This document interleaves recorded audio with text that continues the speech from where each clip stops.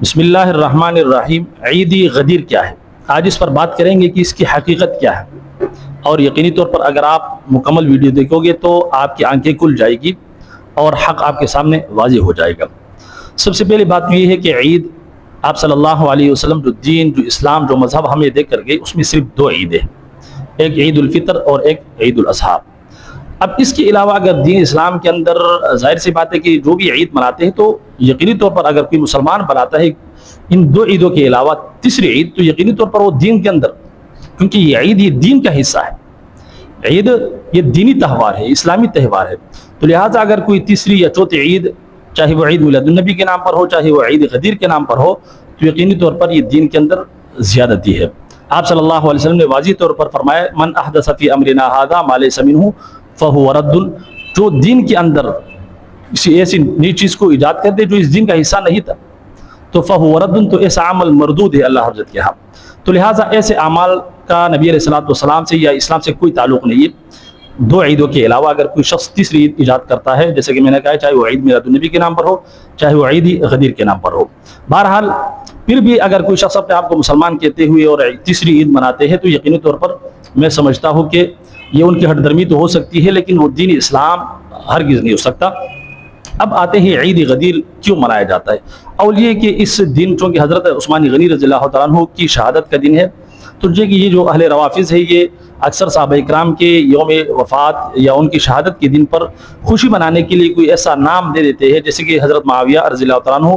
کے وفات کے دن باقاعدہ 22 رجب المرجب کو کنڈو کا ایک رسم کیا جاتا ہے، جس میں ہمارے بعض سنی لوگ بھی جو ہے وہ انجانے میں شریک ہو جاتے ہیں۔ تو اسی طریقے سے 18 ذی الحجہ کو حضرت عثمان غنی رضی اللہ عنہ کی شہادت کا دن بھی ہے، تو لہٰذا اس کی مناسبت سے یہ لوگ جو ہے وہ کیا کرتے ہیں، عید غدیر مناتے ہیں، اور اس کے لیے نام دیتے ہیں کہ جناب والا حضرت جناب محمد صلی اللہ علیہ وسلم نے غدیر خم کے مقام پر 18 ذی الحجہ کو سیدنا علی رضی اللہ تعالیٰ عنہ کی ولایت یعنی خلافت کا اعلان کیا تھا کہ من کنت مولاہ فعلی مولاہ۔ تو لہٰذا چونکہ یہ 18 ذی الحجہ کو یہ آپ صلی اللہ علیہ وسلم نے ان کی خلافت کا اعلان کیا تھا، تو لہٰذا اب اس دن کو ہم عید کے طور پر مناتے ہیں۔ تو سب سے پہلی بات یہ ہے کہ کیا واقعی میں یہاں پر خلافت کا اعلان کیا گیا تھا؟ تو یاد رکھیے اگر خلافت کا اعلان کرنا مقصود تھا تو آپ صلی اللہ علیہ وسلم خطبہ حجۃ الوداع کے مقام جو موقع ہے وہاں پر ارشاد فرماتے کیا، کیونکہ وہاں پر دنیا بھر کے مسلمان موجود تھے۔ یہاں پر غدیر خم کے مقام پر جب راستے میں بندہ جاتا ہے اور مدینہ منورہ کی طرف جاتے ہوئے مکہ مکرمہ سے جہاں سے الگ الگ راستے بلکہ شام یا یمن وغیرہ کی طرف الگ راستے ہوتے ہیں، تو وہاں پر چونکہ اس حج سے پہلے جناب نبی کریم صلی اللہ علیہ وسلم نے حضرت علی رضی اللہ عنہ کو یمن کی طرف لشکر کا امیر بنا کر بھیجا، اور ان میں سے کچھ صحابہ ایسے تھے کہ جن کو حضرت علی رضی اللہ عنہ کے فیصلوں پر اشکال تھا، اعتراض تھا۔ بعد میں جب وہ وہاں سے فارغ ہوئے اور حج میں شریک ہوئے تو حج کے موقع پر آپ صلی اللہ علیہ وسلم سے حضرت علی کی شکایت کی کہ ان کے یہ جو فیصلے ہیں ان پر ہمیں اعتراض ہے۔ تو پھر آپ صلی اللہ علیہ وسلم نے اس مقام پر پہنچ کر کے جب دیگر لوگ چلے گئے اور صرف وہ صحابہ رہ گئے جن کو ان کا جو ہے وہ اس میں شامل تھے، حضرت علی رضی اللہ عنہ کے لشکر میں تھے، وہ لوگ موجود تھے، تو پھر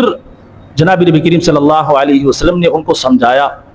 اور حضرت علی رضی اللہ تعالیٰ عنہ کے بارے میں فرمایا کہ من کنت مولاہ فعلی مولاہ۔ حضرت علی کے بارے میں یہ ذہن میں مت رکھے کہ یہ غلط فیصلہ کرے گا، کیونکہ جس کا میں مولا ہوں اس کا علی بھی مولا ہے، جس کا میں دوست ہوں اس کا علی بھی دوست ہے، جو مجھے دوست رکھتا ہے، جو مجھے محبوب رکھتا ہے، جو مجھے سردار مانتا ہے، تو علی کو بھی دوست، محبوب اور سردار مانے۔ نہیں کہ یہاں پر خلافت کا اعلان ہوا۔ بہرحال جو لوگ پھر بھی کہتے ہیں کہ حضرت علی رضی اللہ عنہ کی خلافت کا اعلان ہوا، تو بخاری شریف کی روایت ہے، اور یہ روایت 4447 نمبر کی روایت ہے، جناب نبی کریم صلی اللہ علیہ وسلم کی مرضی وفات کے حوالے سے ایک بہت طویل روایت ہے کہ جس میں حضرت عباس رضی اللہ تعالیٰ عنہ نے حضرت علی رضی اللہ تعالیٰ عنہ کو ہاتھ سے پکڑ کر کے مرضی وفات میں آپ صلی اللہ علیہ وسلم کی طرف لے کے جانے کی کوشش کی کہ چلتے ہیں، آپ صلی اللہ علیہ وسلم سے پوچھتے ہیں، کیونکہ مجھے نہیں لگتا کہ آپ صلی اللہ علیہ وسلم اس مرض سے جو ہے وہ صحت یاب ہو پائیں گے۔ تو لہٰذا حضرت علی رضی اللہ تعالیٰ عنہ کو ہاتھ سے پکڑ کر ان کو کہا کہ اب چلتے ہیں حضرت جناب محمد صلی اللہ علیہ وسلم سے خلافت کے بارے میں پوچھتے ہیں، اگر ہمارا حق ہے تو ہمیں بتا دیں گے، اگر کسی اور کا حق ہوگا تو اس کے بارے میں بتا دیں گے۔ تو حضرت علی رضی اللہ تعالیٰ نے کیا جواب دیا کہ میں تو نہیں پوچھوں گا، قسم کھائی کہ اگر میں نے ان حالت میں پوچھ لیا، اگر رسول اللہ صلی اللہ علیہ وسلم نے انکار کر دیا تو پھر ہمیشہ کے لیے ہم اس سے محروم ہو جائیں گے۔ تو اب سوال یہ بنتا ہے کہ غدیر خمس میں جو من کنت مولاہ فعلی مولاہ کا جو خطبہ آپ صلی اللہ علیہ وسلم نے ارشاد فرمایا تھا کہ جس سے آپ لوگ خلافت مراد لیتے ہو، تو کیا یہ حضرت عباس رضی اللہ عنہ وہاں پر موجود نہیں تھے؟ کیا انہوں نے اس حوالے سے ان کو علم نہیں تھا کہ یہاں پر ان کی ولایت ہے، ان کی خلافت کا اعلان کر دیا گیا؟ پھر پوچھنے کی کیا ضرورت تھی؟ سمجھ آ رہی ہے؟ اگر بالفرض ان کی ذہن سے نکل گیا تو پھر حضرت علی رضی اللہ عنہ کیوں فرماتے ہیں کہ میں نہیں پوچھوں گا؟ اس لیے اگر پوچھ لیا اور آپ صلی اللہ علیہ وسلم نے انکار کر دیا تو ہم ہمیشہ کے لیے محروم ہو جائیں گے۔ تو لہٰذا جو لوگ یہ سمجھتے ہیں کہ بھائی اس سے خلافت مراد ہے، تو خلافت مراد نہیں ہے، اس کے حوالے سے یہ قرائن موجود ہے۔ اور پھر اس کے بعد جناب نبی کریم صلی اللہ علیہ وسلم کے بعد جو تینوں خلفاء آئے تو ان کی خلافت کو نہ صرف تسلیم کیا بلکہ آپ کے مشیر جو ہیں خلفاء راشدین کے مشیر بھی رہے حضرت علی رضی اللہ عنہ۔ اور اگر بالفرض حضرت علی رضی اللہ تعالیٰ عنہ کی خلافت کا اعلان اس موقع پر غدیر خم کے موقع پر کیا تھا تو پھر حضرت علی رضی اللہ عنہ زبردستی ان سے یہ خلافت چھین بھی سکتے تھے، کیونکہ وہ شیر خدا تھے، وہ کبھی حق کو چھپانے یا اپنے حق کی وصولی کے لیے کبھی بھی وہ جو ہے وہ سر خم تسلیم نہ کرتے، بلکہ وہ ڈٹ کر کھڑے ہوتے اور اپنا حق جو ہے وہ بزور بازو جو ہے لیتے۔ لیکن آپ رضی اللہ تعالیٰ عنہ نے کبھی نہ اس کا مطالبہ کیا، نہ کبھی ان خلفاء ثلاثہ کی مخالفت کی، بلکہ ہمیشہ ان کے ساتھ رہے۔ تو یہ اس بات کی دلیل ہے کہ حضرت علی رضی اللہ تعالیٰ عنہ کے بارے میں یہ جو غدیر خم کے موقع پر جو ارشاد فرمایا تھا وہ خلافت مراد نہیں تھی۔ سمجھ آ رہی ہے؟ اس کے علاوہ اگر آپ کہتے ہو کہ حضرت علی رضی اللہ عنہ العیاذ باللہ ڈر گئے تھے، یا آپ حضرت علی رضی اللہ تعالیٰ عنہ نے جو ہے وہ حکمت سے کام لیا وغیرہ وغیرہ، تو یقینی طور پر یہ بہت اہم فریضہ ہے۔ جب نبی علیہ الصلوۃ والسلام نے ارشاد فرما دیا تو پھر حضرت علی رضی اللہ عنہ کے اوپر یہ فرض واجب ہے کہ وہ اس کی جو ہے وہ تعمیل کرے، اپنا حق، اپنے جو حق ہے اس کو وصول کرے۔ اور اگر آپ کہتے ہو کہ حضرت علی رضی اللہ عنہ کمزور تھے لہٰذا اس لیے وہ حق جو ہے وہ نہیں لے سکے، تو پھر العیاذ باللہ یہ جو آپ کا ایک عقیدہ ہے کہ مولا علی مشکل کشا، یہ جو عقیدہ ہے تو آپ کا پھر وڑ گیا۔ تو لہٰذا کہنے کا مقصد یہ ہے کہ یہ جو عید غدیر اس وقت منایا جاتا ہے اس کی کوئی اصلیت نہیں، نہ حضرت علی رضی اللہ تعالیٰ نے اس کا تقاضا کیا، نہ اس کو جو ہے وہ باقاعدہ خلافت کے حوالے سے اس حدیث کو لیا، آپ صلی اللہ علیہ وسلم کی اس فرمان کو۔ اور پھر اس کے بعد حضرت علی رضی اللہ تعالیٰ تقریباً 30 سال جو ہے وہ حیات رہے، لیکن کبھی انہوں نے عید غدیر بنائی۔ پھر اس کے بعد حضرت حسنین کریمین انہوں نے عید غدیر بنائی، کسی نے بھی اہل بیت میں سے کسی نے بھی نہیں بنائی، بلکہ یہ 352 ہجری کو 352 ہجری کو عراق کے ایک حکمران جس کا نام معز الدولہ ہے، انہوں نے یہ شروع کیا عید غدیر۔ تو یہ تقریباً 352 سالوں کے بعد ایک شخص نے جو کہ ایک حکمران تھا، فاطمی اسماعیلی تھا،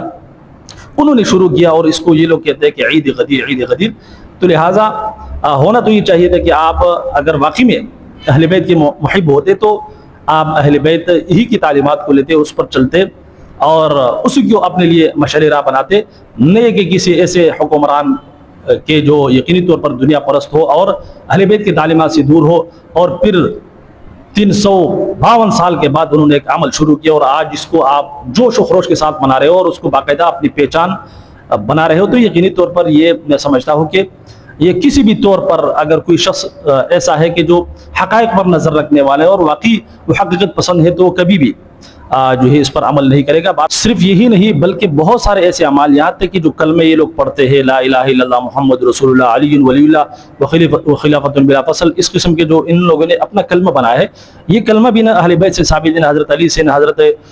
حسن کریمین سے، نہ اس کے علاوہ دیگر جو ائمہ اہل بیت آئے کسی سے بھی ثابت نہیں ہے۔